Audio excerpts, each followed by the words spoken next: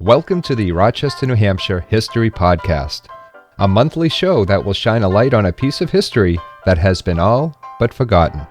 Did you ever read old copies of the Rochester Courier from the late 1800s?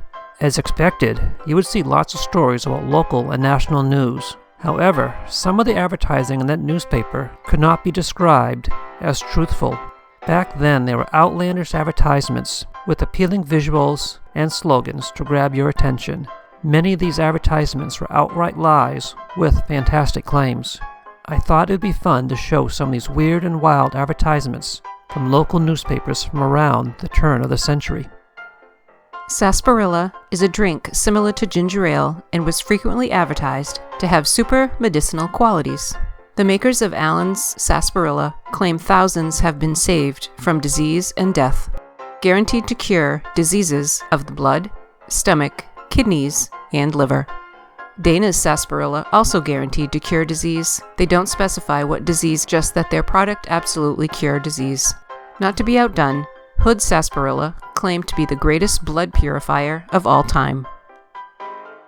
Here is an ad for a product named Painkiller, which provided instant relief to many problems including cramps, coughs, bruises, diarrhea, colds, cuts, dysentery, and burns. It probably did provide instant relief since many of these products contained alcohol or narcotics. Another so-called medicine that claimed to cure many ailments was the U.S. Army and Navy tablets. These chocolate-coated tablets were advertised as a sure cure for constipation, grip, kidney and liver troubles, and sour stomach. Nervita pills advertised that their product restored vitality, lost vigor, and manhood, cures impotency, night emissions, wasting disease, and will bring a pink glow to pale cheeks and restore the fire of youth. These wild ads were not isolated to our local newspapers. These following advertisements were found in magazines and big city newspapers.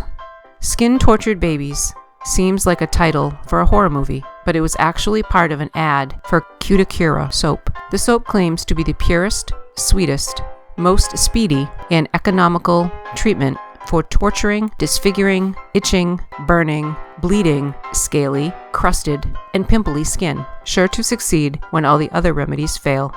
Wanting to make children and adults as fat as pigs usually is not a good advertising slogan. However, that is what Grove's tasteless chill tonic did.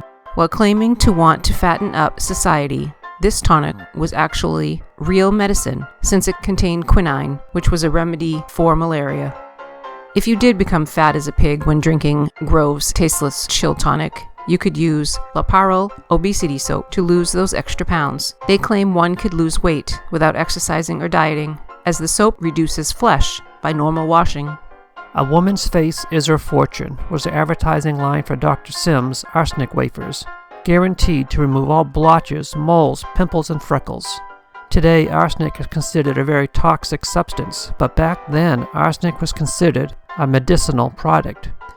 Hamlins Wizard oil claimed to cure toothaches, headache, diphtheria, sore throat, corns, cramps, and many other health issues. It was made with over 50% alcohol with a little bit of turpentine and ammonia mixed in there. The most irresponsible of the false medicine ads is Dr. O.A. Johnson's tonic, which claims to cure cancer. It's one thing to claim relief for a toothache or remove a mole or pimple, but to give false hope to cure cancer is despicable. What happened to all of these fake medicines and their over-the-top advertising? They disappeared in the 1900s due to federal regulations. President Theodore Roosevelt signed the Pure Food and Drug Act, which protected the public from deceiving and exaggerated claims of the benefits of a product. As a result, the quack cures for cancer, tuberculosis, and other serious diseases disappeared from the drugstores, and their advertising vanished from the newspapers. This ends the podcast.